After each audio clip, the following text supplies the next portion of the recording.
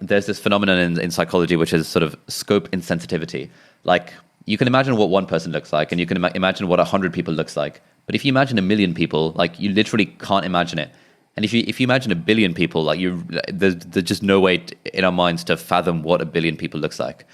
And so what we can do is we can imagine the suffering of one person.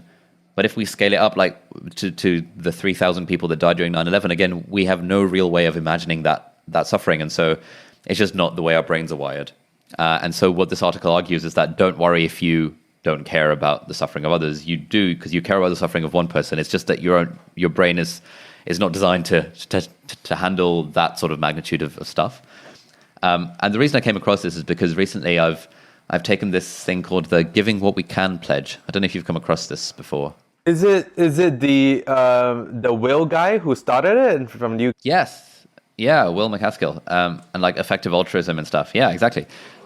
So this pledge is that you pledge to give 10% of your income every year to effective causes.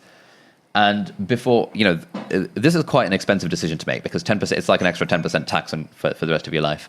Before taking this pledge, I really thought that, is there something wrong with me that I just can't appreciate? I just don't really care about the suffering of others, and life goes on.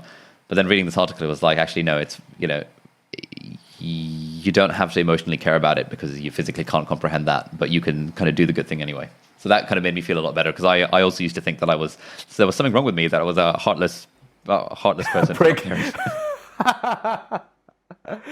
But do you feel that like do you easily relate to difficult emotions?